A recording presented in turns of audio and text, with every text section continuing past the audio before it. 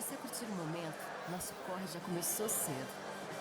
Em 2006, acendemos novas perspectivas e encontramos maneiras para desenrolar nosso papel com verdade e transparência. Desbravamos caminhos para sobreviver de forma legal dentro de um mercado ilegal. Mas se ser primeiro que os seus desafios, a estrada nem sempre foi repleta de flores. Porém, a gente garante que teve muita transformação e até revolução. Foi preciso nos desconectar do pensamento comum e manter nossa visão. Nós respiramos esse estilo de vida, dia após dia, e mantemos a bandeira erguida. Liberdade para ser quem quisermos ser. Nossa maior brisa é ver o brilho no olho de cada um que está conosco nesta causa e criar conexões reais no Brasil e no mundo. Porque você sabe, não existem fronteiras para quem vive o que acredita. Somos a marca brasileira mais vendida no mundo. Somos a Leda, King Family, High Tobacco, a Crema e muito mais. Somos passado, presente e futuro. Somos liberdade de escolha. A Leda, nossa história, seu lifestyle.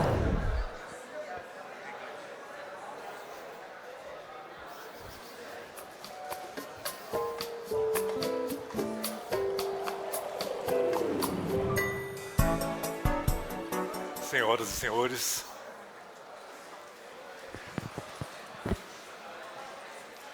bem-vindos ao Fórum Internacional. Vamos lá. Daremos início agora à mesa com o tema Negócios do Futuro. Começaram no passado. Para compor o dispositivo, convidamos CEO, cofundador da Handmade Brazilian Tobacco, empresa brasileira detentora de 7 grandes marcas: a Leda, King Paper, King Blunt, Rainbow, High Tobacco, a Crema e Tabaquim. Convidamos ao palco o Giorgio Volonghi.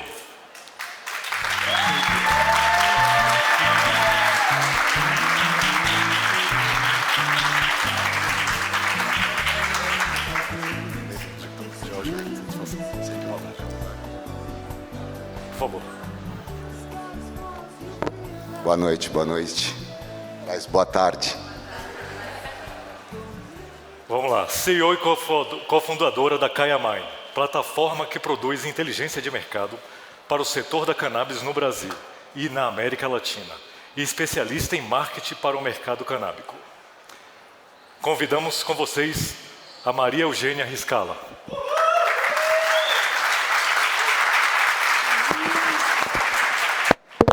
Tudo bem? Seja bem-vinda.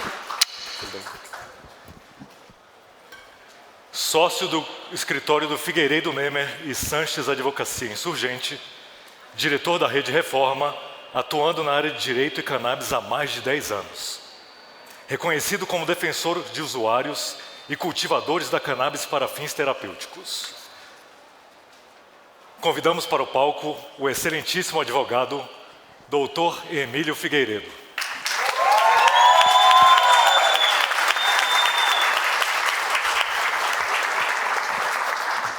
Essa é a voz.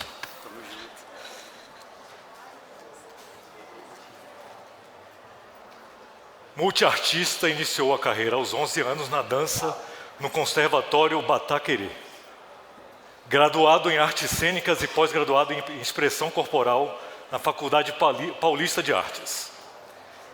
Passou por diversas escolas como Arte Educador e Interpretação. Criador de projetos audiovisuais concentrado na pesquisa e prática de cinema e streamings.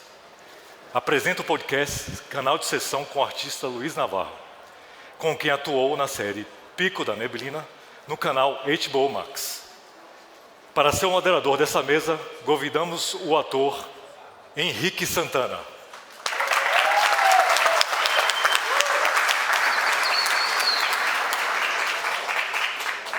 Obrigado, Henrique. Foi valendo. Pode deixar.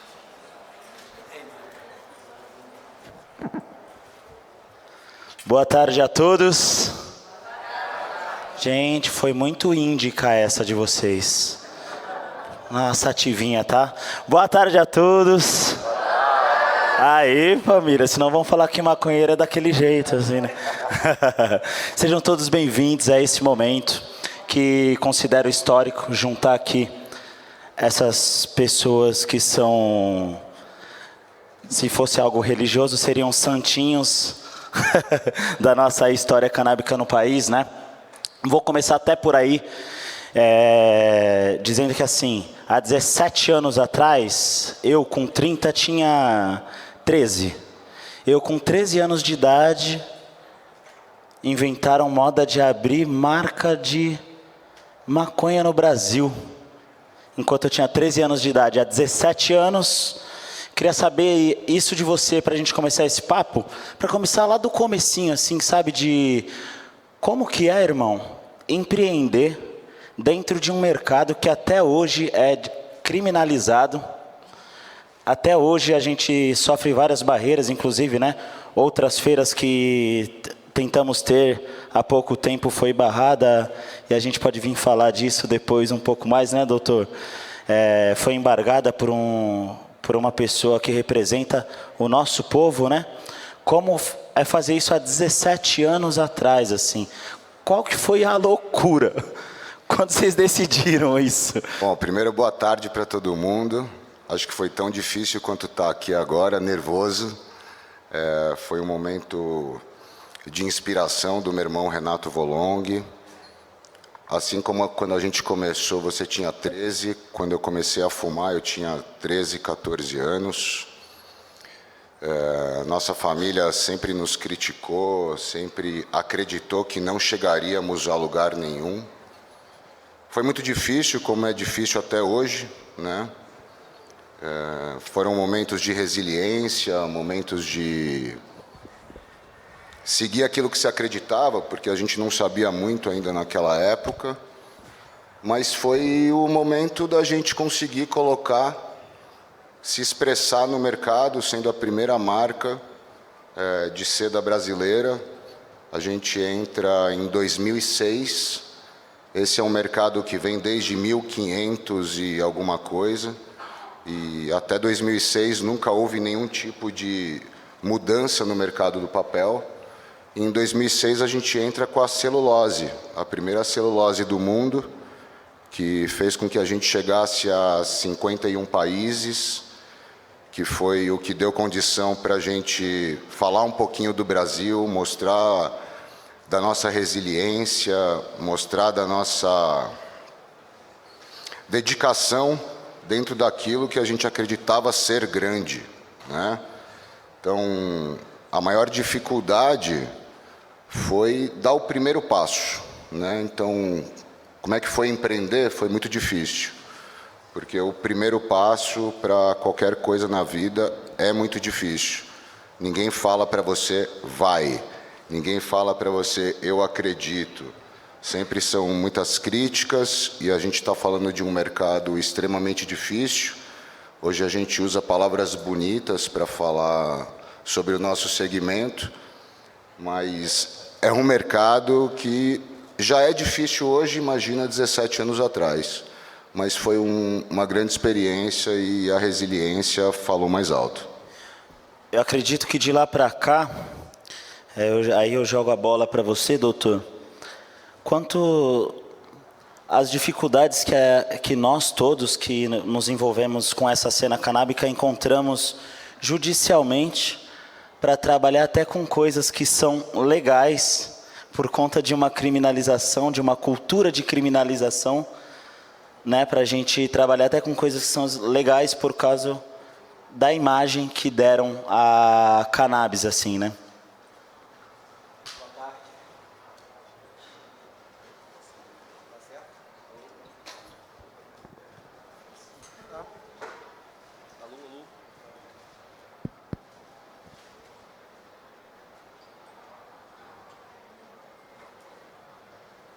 Pausa técnica. Todo mundo. Boa tarde, pessoal. Olá, Giorgio, Magê, Henrique. Assim, essa questão ela é extremamente profunda e muito ligada à cultura brasileira, à formação do Brasil, né? Esse estigma não nasceu com a Leda, esse estigma vem de centenas de anos, né? A partir realmente de raízes racistas, escravocratas, que culminam com produtos que aparentemente deveriam ser legais. Não deveria ter polêmica quando a gente fala de papel de enrolar cigarro, não deveria ter polêmica quando se fala de piteira, né? Quando se fala de artefatos de consumo. Só que por conta desse estigma social, né, trazido, né, com raízes profundas a partir da formação do Brasil, isso reverbera em vários espaços da sociedade brasileira, inclusive na atividade da Leda, por exemplo. A gente supera, né, esses gargalos morais e de estigma a partir de criatividade, a partir de incidência jurídica, a partir de muita ousadia, mas a real a gente não consegue trazer para o presente e também para o futuro coisas que rompam realmente com essa raiz. A gente precisa criar novas soluções que, né, a gente repare esses danos, né, que não é culpa de quem está empreendendo hoje, não é culpa né, de quem está vendendo artefatos, é culpa realmente de uma política, né, vamos falar da lei do Pito do Pango de 1830 no Rio de Janeiro, e que isso foi se sofisticando, foi criando novas maneiras de controle social que chega a coisas que não mereciam esse tipo de controle social do jeito que é feito, como o papel de enrolar. Total, total. É importante esse envolvimento de todas as partes e todas as pessoas, de todo o espaço. Imaginemos, estamos num país criminalizado, certo? Onde o espaço, ele é todo, né? Porque não se pode fazer nada, não se pode... E aí, quando nascem essas movimentações, as lutas jurídicas, as empresas que vão mesmo sem querer que todo mundo vá, né? Isso gera um impacto social gigante em vários aspectos na nossa sociedade, né? E aí, para falar de impacto social, né, Magê? Eu queria ouvir de você assim, o que essa luta impacta socialmente nas pessoas para além da nossa cultura do mundo canábico, né? Porque nós estamos falando de pessoas, de seres humanos, né? Estamos falando de pessoas, a maconha foi criminalizada por atos racistas, por escravistas, né? Então, isso gera um impacto em outras pessoas, as empresas que começam a criar empregos, as pessoas que começam a se inspirar nas pessoas que abrem empresas primeiro e falam, porra, vou fazer minha cedinha aqui, da minha quebrada, com o nome, né, do meu negócio da minha quebrada, né? Bom, boa tarde a todos. Vamos falar de número um pouquinho e eu vou pegar aqui talvez uma das brincadeiras de número mais legais da gente fazer. Na última pesquisa da Fiocruz, ela perguntou quantas pessoas haviam em algum momento feito consumo de maconha na sua vida. E 7% do Brasil respondeu que em algum momento tinha fumado maconha. Depois, numa outra pesquisa do Senado, mas que também fez essa pergunta e teve o mesmo resultado, a pergunta seguinte era, mas você conhece alguém que fuma maconha? E impressionantes, 78% das pessoas conheciam alguém que fumava maconha. E aí a gente chega à conclusão de que tem 7% do Brasil muito popular. Num cenário criminalizado. Né? Tipo, deviam ir para o Big Brother e iam ganhar. Então, a gente tem que começar falando, gente, que muito mais do que 7% da população já fumou e tem vergonha de falar. Acho que uma das primeiras coisas é a criminalização não nos permite, às vezes, nem falar a verdade. Quem aqui já não conheceu um tio que fuma de vez em quando, mas adora falar que tem que prender o traficante? Essas são as pessoas mais impactadas, na verdade, porque elas estão sendo presas, e eu acho que a discussão do STF tem levantado muito essa bola, por muito pouco. A gente não está prendendo o traficante grande, a gente está prendendo pessoas que estão carregando pequenas quantidades por besteira. Então, o impacto social é gigante, é numa população muito específica, qualquer recorte que você faça dentro do sistema carcerário, uma grande maioria é negra, uma grande maioria é homem, uma grande maioria é jovem. Então, esse é um impacto gigante. E a gente também está falando de um impacto de saúde. Afinal de contas, a gente tem um país que 70 milhões de pessoas não dormem bem. E a gente podia estar tratando isso de uma maneira muito simples, de uma maneira muito fácil, com uma planta. E aí a gente está deixando 70 milhões de pessoas, isso só as que não dormem, tá? Eu nem vou começar a entrar em tantas outras condições médicas, porque a gente vai chegar nisso depois. A gente também está deixando elas na mão. Então, a gente está deixando a sociedade como um todo na mão por conta do preconceito. Inclusive, esse que é o nosso caminho, esse o nosso não, né? Esse foi o caminho de criminalização, né? O preconceito, e usa-se sempre um bode expiatório, que no caso era maconha, para criminalizar pessoas pretas e pobres, conseguir mantê-las em periferia, encarceradas, sempre que possível, né? Quantas, mais ou menos, vocês não vão saber quantas eu acho, de número, mas quantas pessoas, mais ou menos na casa de quantas pessoas já procuraram vocês da Rede Reforma, já baixando a cabeça, né? Em situação que os colocaram em situação de crime sem que estivessem em situação de crime. Henrique, milhares de pessoas nos procuraram pela Rede Reforma, seja pela nossa advocacia particular, sendo indevidamente criminalizadas, né, com problemas judiciais graves, acusações com penas de anos de cadeia, né, um processo penal, né, muito cruel, e que a gente teve a oportunidade de ajudar e, de alguma forma, trazer uma solução adequada para a questão. Isso é muito recorrente, infelizmente, poucas pessoas têm acesso a conhecer advogados que são sensíveis e que se dispõem a ajudar, principalmente pessoas pobres, né? A gente tem uma prática também de defender não só quem paga os honorários, mas também quem precisa de bons advogados especialistas em lei de drogas, e para sair dessa situação de crueldade que o Estado promove. E, assim, infelizmente, é um número que não cai, né? É um número que cresce, e a variedade de situações também impressiona. A gente começou lá, né, 15 anos atrás, defendendo muito quem importava pequena quantidade de semente para cultivo doméstico. Isso mudou, né? Hoje já não é considerado crime importar pequena quantidade de semente. Do cultivo doméstico, né, até 2011, quem promovia a Marcha da Maconha ainda tem, né, agora retomou essa perseguição à Marcha da Maconha, né, a partir do governo de direita que a gente viveu nos últimos anos. Então, assim, a gente tem uma variedade de casos judiciais onde o Estado, né, vamos usar a palavra da moda, a expressão da moda, né, faz um lawfare, né, contra o usuário, contra o ativista, contra o cultivador, promove ações judiciais, uma ação penal, que é uma coisa extremamente, assim, até para quem é advogado, é chato de enfrentar, né, mentalmente, acaba com o psicológico da pessoa, promove essas ações por condutas que não deveriam ser consideradas crimes, né? E assim, quando isso se dá na esfera de um processo regular, ainda até as regras do jogo estão postas.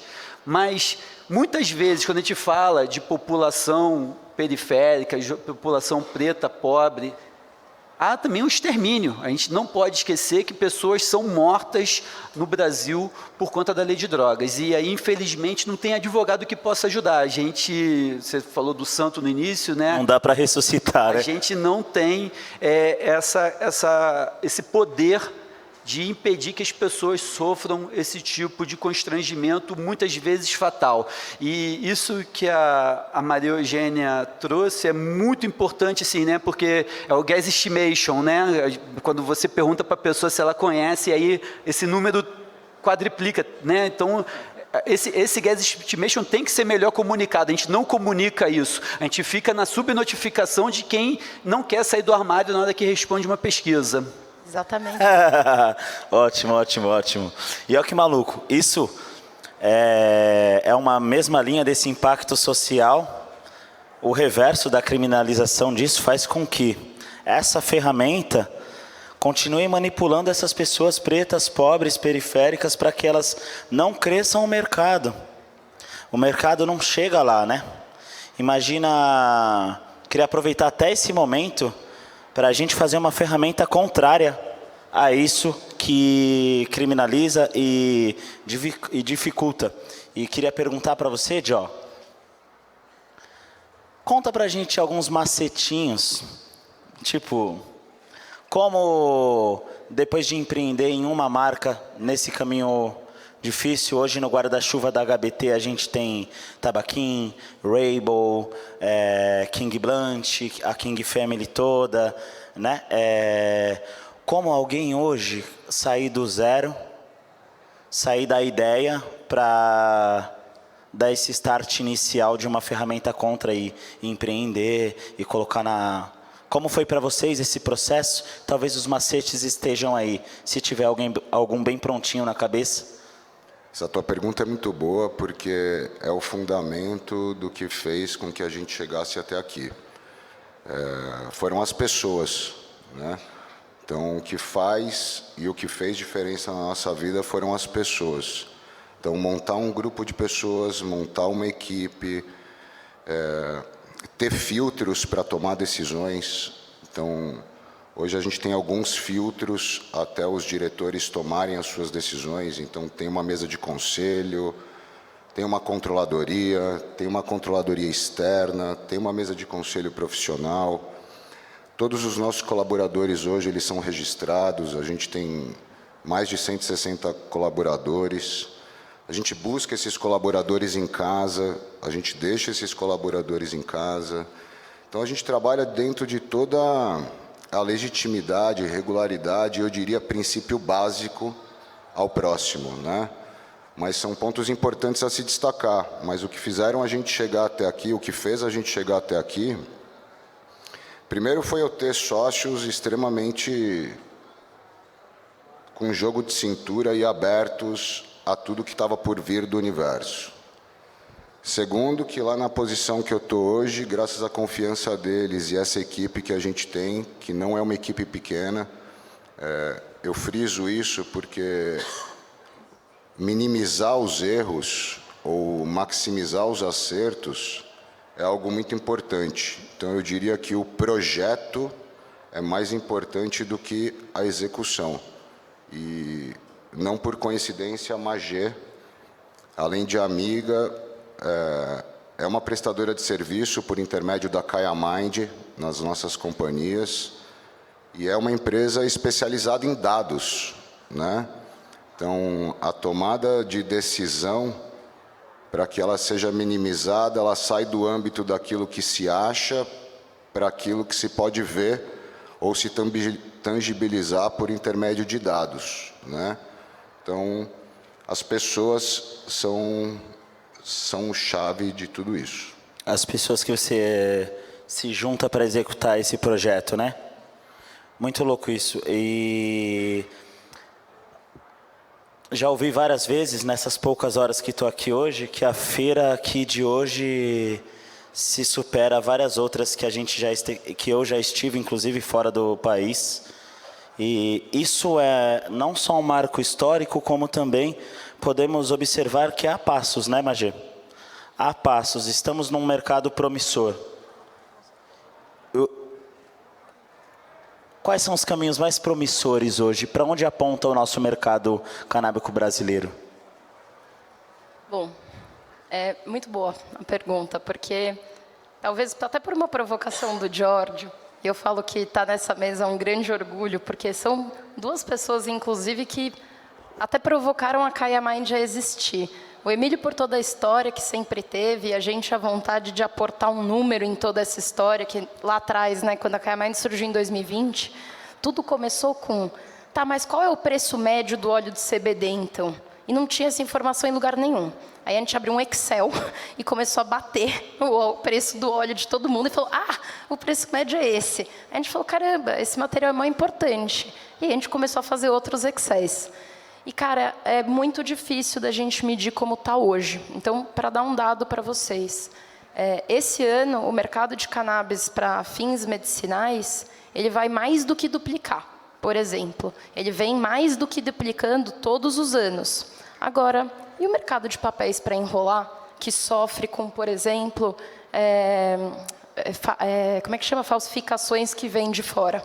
É a mesma coisa que o mercado de cigarros. A gente tem números do mercado de cigarros, mas 40% desse mercado não é legítimo. Então, esses números estão certos. Essa é um pouco a dificuldade do que a gente tem hoje, o motivo pelo qual empresas como o Giorgio, eventualmente, contratam a gente, porque eles precisam entender isso também. Só que a gente está falando de um mercado que podia chegar a 26 bilhões de reais só no comecinho. Isso é só a pontinha, ele pode ser muito mercado maior. Brasileiro de cannabis como um todo. Como um todo. Aí eu estou falando de uso adulto, eu estou falando de cânhamo, eu estou falando de uso medicinal, até porque essa conversa ela acaba puxando as outras, né, gente? É muito difícil a gente começar uma conversa e falar, isso aqui a gente não vai olhar, tá, gente? Isso daqui finge que não existe. Acho que essa feira prova perfeitamente o ponto, né? Diferentes empresas, com diferentes objetivos, com diferentes produtos, serviços, todo mundo convivendo num único espaço, com respeito entre elas. Então, hoje a gente está falando de, no mínimo, 250 mil pessoas fazendo tratamento com a cannabis. Isso eu estou contando as associações, já, tá? Porque algumas não passam pela Anvisa, algumas passam. A gente está falando de um mercado que mais que dobra todo ano. No mercado do Giorgio, por exemplo, a gente está chegando na casa dos milhares de marcas. Então, imagina um mercado que tem mais de 1000 marcas atuando. E é totalmente a história da seda que você falou. Quantas empresas de camiseta não existem? Ninguém nunca deixou de comprar camiseta branca porque tem em 20 lugares. Ninguém nunca vai deixar de comprar seda porque tem em muitos lugares. Então, acho que a gente está falando aí de um mercado que hoje, com certeza, já movimenta, se somado como um todo, bilhão, mas que é suprimido pela falta de atenção que a gente dá. Mas isso mudou. O Giorgio me mostrou hoje as muitas matérias que saíram na imprensa sobre esse evento, falando justamente do potencial bilionário que esse mercado tem. Então, acho que a gente está começando a reverter e esses são os passos que a gente vem sentindo cada vez maiores. Total. A gente vive... Há quanto tempo, irmão, vocês estão trabalhando com a causa? 15 anos, ininterruptamente. Há 15 anos, em quesito de reforma jurídica, o que a gente avançou desde a primeira vez que você impetrou um HC? Quais foram os passos que avançamos em quesito de reforma jurídica no país? O habeas corpus ele começa em 2016, mas antes disso a gente tem avanços, como eu citei, da questão de a tipicidade de importação de pequena quantidade de semente, que isso é uma construção anterior, começa lá em 2010, né, o auge é em 2017, né, e hoje não é considerado crime importar pequena quantidade de semente de cannabis, isso já é uma grande vitória. O habeas corpus, ele...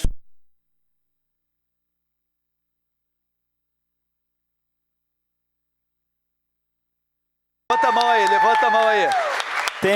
Quantos advogados? Advogados que advogam com maconha no Brasil. Vamos contar. Tem advogado canábico da causa 1, 2, 3, 4, 5, 6, 7, 8, 9, 24. Uma galera. Delícia de número. Essa galera que está fazendo essa transformação no judiciário brasileiro, tanto nos habeas corpus como nas defesas criminais, decisões interessantíssimas, né? Mariana e André lá conseguiram no Paraná a questão de não reconhecimento dos artefatos de cultivo, né? Os artefatos que emulam a natureza como sendo maquinário para preparo de drogas, uma decisão super importante porque isso criaria um precedente muito ruim para o cultivo doméstico, porque além de tráfico o cara ainda ia responder por ter maquinário de preparo de substâncias proibidas. Então, assim, é muita evolução. Eu estava conversando com outro colega ali fora, a gente tem, quem escreve, quem tenta fazer produção, principalmente produção científica, né, observando esse fenômeno sócio-jurídico no Brasil, tem dificuldade de terminar a escrita, porque todo dia é uma novidade, todo dia é uma nova vitória, todo dia a gente tem uma coisinha a mais acontecendo no âmbito jurídico, e isso significa... Tá vendo? As coisas acontecem. Acho que a microfonia é braba. Não, né? Então, assim, a gente tem realmente muita novidade, muitas vitórias, ainda infelizmente muito no âmbito do uso medicinal. Realmente a gente precisa focar agora em quem é criminalizado, em quem está sofrendo, né? Pô, Erivelto está ali, não me deixa nunca esquecer o que é a vida no cárcere. A gente tem que tirar o máximo de pessoas que estão dentro do cárcere, a gente tem que mitigar a entrada de pessoas no cárcere para que a gente tenha realmente uma sociedade no futuro menos traumatizada, porque não é possível ter saúde mental com uma passagem no cárcere. Então, assim, é uma mudança muito profunda que a gente precisa. Ontem o Rodrigo Pacheco falou de fazer uma PEC obrigando, né, botando na Constituição Federal a criminalização do usuário, um absurdo, né, um absurdo gigantesco que vai... só gerar mais problema jurídico aqui no Brasil, né? A gente estava, depois de anos, né, um processo que chega no STF em 2011, 2015, começa a ser julgado, retoma o julgamento em 2023, aí depois disso tudo, o Senado Federal vem dizer, não, o Supremo não pode fazer isso, porque eu que vou fazer essa lei, e essa lei tem que ser de criminalizar o usuário. Assim, mero melindre do Rodrigo Pacheco e dos senadores. Eles estão ali atendendo uma pauta conservadora que não está condizente com a prática social, com o fato social. E esse evento é a maior prova de que realmente o fato social do uso da maconha para fins recreativos, né, e, né, mais uma vez aqui eu vou retomar meu pedido de desculpas, que eu passei anos atacando esse termo uso recreativo, mas esse termo está fazendo 70 anos agora, a partir da publicação do artigo Tornando-se Usuário de Maconha, do Howard Beckers. Esse uso recreativo está presente na sociedade, não são esses 7%, são os 70%, né? A gente brinca entre nós, né? Pô, parece que todo mundo fuma maconha, e a real é essa, né? Não é à toa que são 1000 marcas de seda, o pessoal precisa de papelzinho para enrolar, né? E contrariando lá o tapar na pantera, o papelzinho não faz mal. Henrique.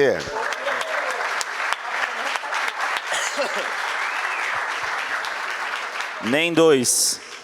Emílio e Reforma, primeiro, obrigado por vocês existirem, mas eu quero pegar um gancho muito importante, que é como que a Leda ganha voz sendo uma marca de seda, né?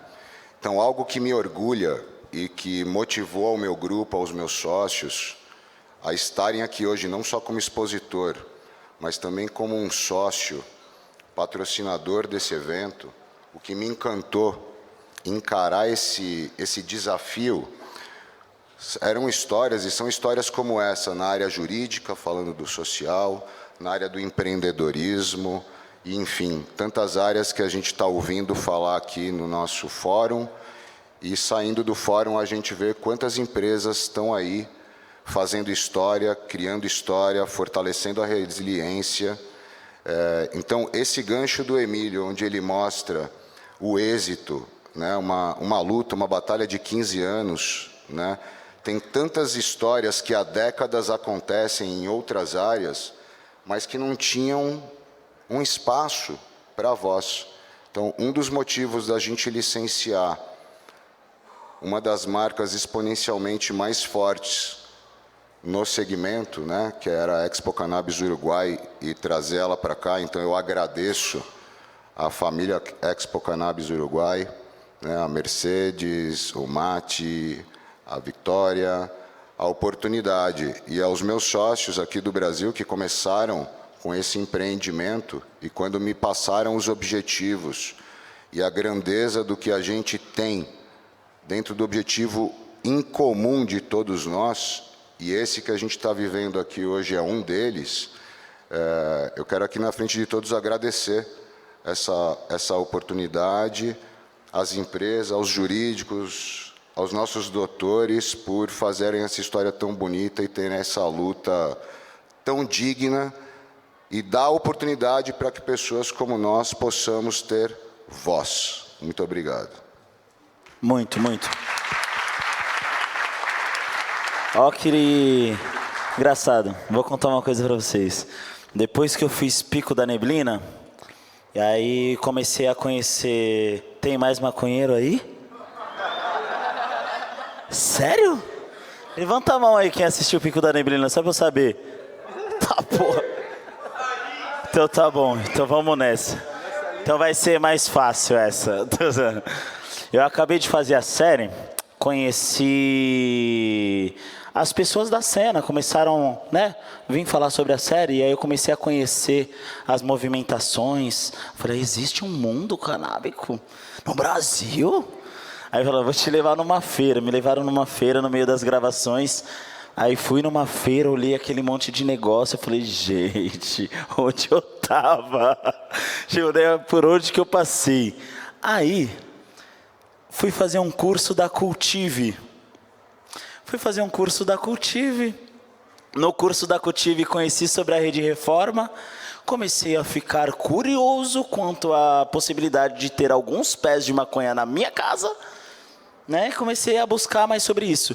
Descobri que a maconha podia salvar minha casa em várias coisas. Minha casa, eu, minha mãe, minha irmã, meu filho. Na pandemia a gente tratou Covid com óleo no meu bebê de 1 ano, que nada tirava febre. E aí, nessa época, os meus advogados começaram a estudar aí impetraram o primeiro HC deles em 2016. Impetraram o meu HC. Negaram em primeira, em segunda aprovaram 92 plantas. Depois o juiz pediu para tirar o número de plantas, porque a gente não tinha dados no país para conseguir quantificar quantas gramas são precisas para tirar quantos % de tricoma de THC para minha patologia principal, que é herpes zoster. Né? Eu tenho aquelas bolinhas que saem na pele, nas costas e tal.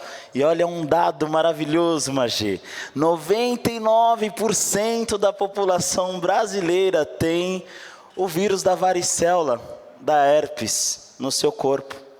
Uau, né? É uma jurisprudência para 99% da população brasileira. Então, só esticando com essa história o obrigado na minha vida, e aí depois o hub que minha imagem se tornou para fazer com que o negócio chegasse em mais pessoas, foi muito importante essa luta de vocês, não só por empreender, mas por botar a cara e poder sair até na cadeia, e vocês também por defender criminosos. Já devem ter sofrido várias buscas, várias, como dizer, inspeções sobre o serviço de vocês. Eles não são malucos. Deixa vir. Só dá mais. Então, queria agradecer muito isso e entender que é muito importante o trabalho da Kaya Mind para o nosso mercado canábico brasileiro hoje, para que a gente possa exatamente vencer essa descriminalização, mostrando a urgência que muitas pessoas têm com essa planta. Eu brinquei com uma pessoa agora, não vou lembrar o nome do jornal, que a gente estava fazendo uma entrevista ali. Ela me falou: o que você tem para dizer da maconha? Aí eu falei assim: tomem muito cuidado com maconheiros. Todos, isso é sério. Tomem muito cuidado. Eles se juntam sempre que ele se vê. Ele não fica um maconheiro lá, outro lá, eles se juntam.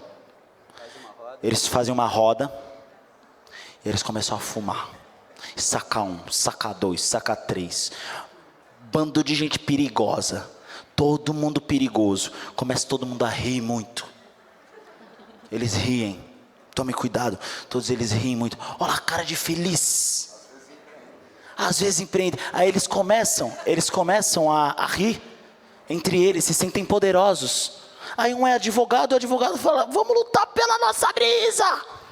Perigosos, vão sair da nossa caixinha. A gente não vai conseguir controlar essas pessoas. Imagina um bando de gente refletindo com seus neurônios organizadinhos e criativos. Isso é perigoso para a ferramenta de opressão do nosso Estado nessas pessoas. Cuidado com os maconheiros. Muito cuidado.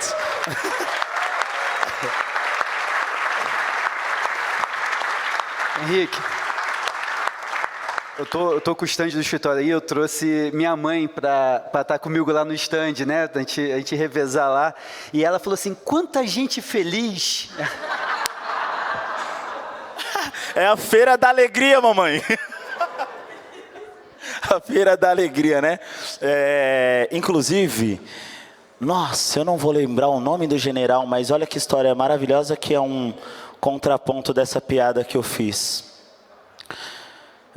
Se você souber disso e puder me ajudar, a maconha, a primeira vez que ela se tornou crime nos Estados Unidos da América, o general que anunciou a criminalização da maconha, parece que a frase final aquela que a galera bate palma pro Bolsonaro e fala: é maravilhoso. A frase do cara foi o seguinte: a partir de hoje, esses pretos nunca mais acharão que são brancos.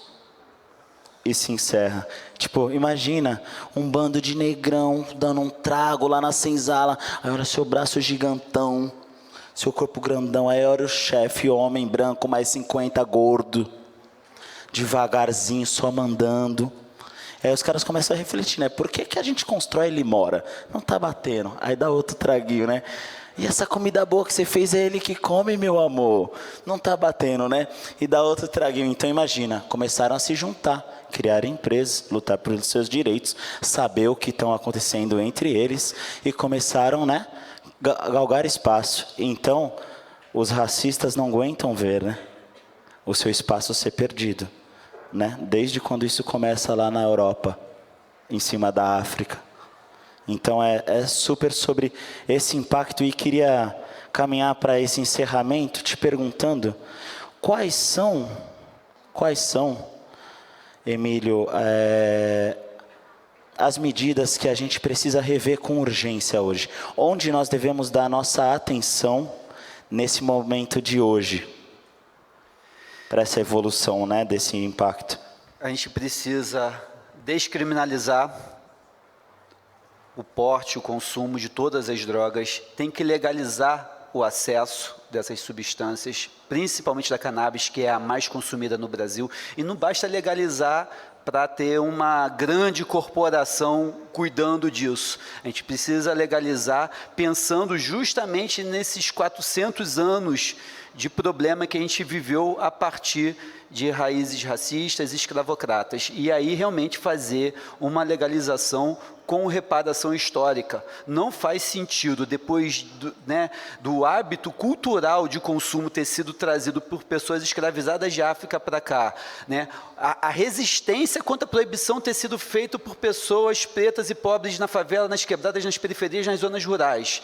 Aí, esse tempo todo, era uma carne de pescoço que ninguém queria, né? Ficava para essas pessoas. Aí, agora que o negócio movimenta bilhões, né? É um filé mignon, vai ficar para os branquinhos ricos? Não. Para uma organização só, né?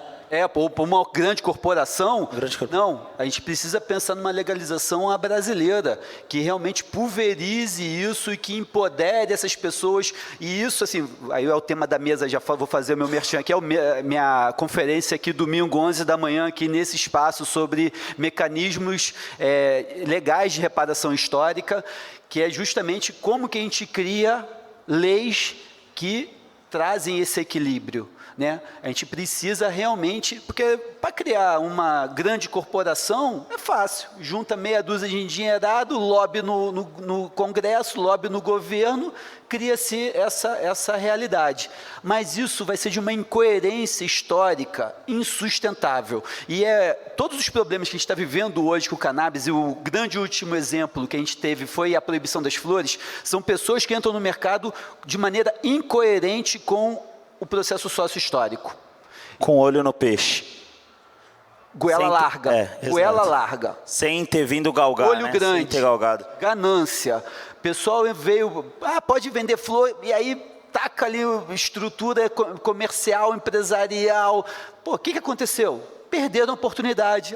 Poxa, não posso mais vender flor e tal. Agora está vendendo haxixe, está vendendo gama, está vendendo extração, está vendendo um monte de coisa, até proibir também esses outros produtos, porque não está sabendo ter uma coerência, ter uma sintonia com o processo sócio-histórico que está aqui no Brasil. E assim, se a gente não tiver essa preocupação, nós do movimento não tivemos essa preocupação, o empresário não vai ter, o governo não vai ter, ninguém vai ter. Nós precisamos, para ter uma paz social mínima, a gente precisa cobrar uma coerência sócio-histórica com o processo de legalização aqui no Brasil. Maravilhoso.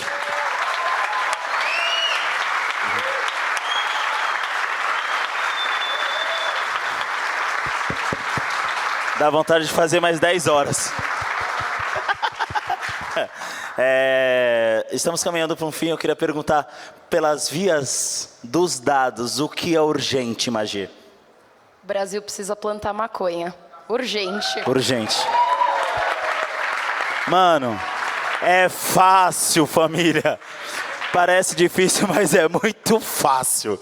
Sério, é muito fácil. Tem uma parede inteira de lambi-lambi, lotada de dado, que o pessoal da organização fez com dados que a gente reuniu dos motivos pelos quais o Brasil tem que plantar maconha, e tem número, é sustentabilidade, é mercado, é tudo. Então, assim, acho que acabou a brincadeira, é só passar lá, vamos fazer 1 milhão de stories. Saiam do armário.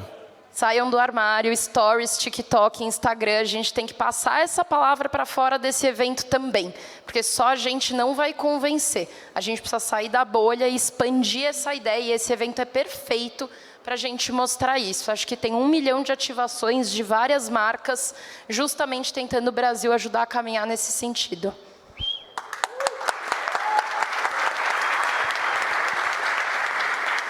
Agora solta o peixe. Você, após esses 17 anos e experiência em tudo que vocês fizeram hoje, se você pudesse dar uma mensagem para quem está iniciando ou quer iniciar a trabalhar com o mercado canábico brasileiro, Jó, o que você diria para o seu filho, se hoje ele tivesse 18 anos, um filho com 18 anos, falasse: pai, quero começar? Acredita em você, filho. Acredita e monta uma equipe competente. Acredita que você vai errar, acredita que você vai chorar, que você vai sofrer, mas que isso vai valer a pena lá na frente. Aproveitando esse momento de fechamento também, eu quero agradecer aqui na frente de todos aos meus sócios, o Renato, o William. Eu quero agradecer a toda a minha equipe de verdade que me deu e me dá condição para poder estar aqui, falar por todos eles e falar por nós. Quero agradecer também à Expo Cannabis Brasil, aos meus sócios da Expo Cannabis, são incríveis, e a vocês desse fórum, essa oportunidade de dividir o palco com o Emílio, com a Magê, enfim, com o nosso amigo Henrique, E poder ter voz e ser voz de uma história, para mim, é muito importante. Então, obrigado às pessoas que existem na minha vida. E, filho, se um dia você escutar isso gravado, respondendo a sua pergunta, acredite em você.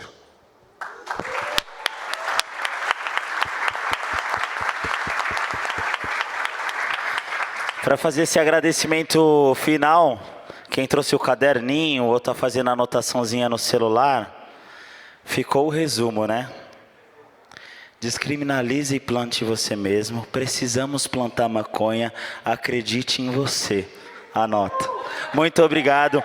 E façam essas 3 dicas aí. Eu estou fazendo. Queria agradecer mesmo a presença de todos vocês, estarem aqui para a gente conversar. E queria dizer para a gente encerrar, aproveitem esse momento que a gente está tendo aqui mesmo. Conversem com as pessoas. Conversa com a pessoa da outra marca, com o advogado, com o médico. Conversa. Não querem que a gente tenha esses momentos, porque são poderosos. O que aquela ponta pode fazer com aquele final, às vezes abre um caminho que a gente vai surfar anos e anos, sacou? A criação desses dados estão sentadas nessas cadeiras. Conversem, falem, não tenham vergonha de falar com a sua empresa, para a qual você trabalha, o que você faz. Não é só networking, é trabalho mesmo. Vamos aproveitar esse momento. Está na nossa mão a picareta. O diamante está lá embaixo. Eu também vou nessa. Vamos fazer uma selfie zona, todo mundo junto? Cadê a Angular Zona? Se vocês quiserem levantar, né? Agora sentiu a brisa que bateu de tudo que viu, né? Quando levanta. Ai, quando levanta.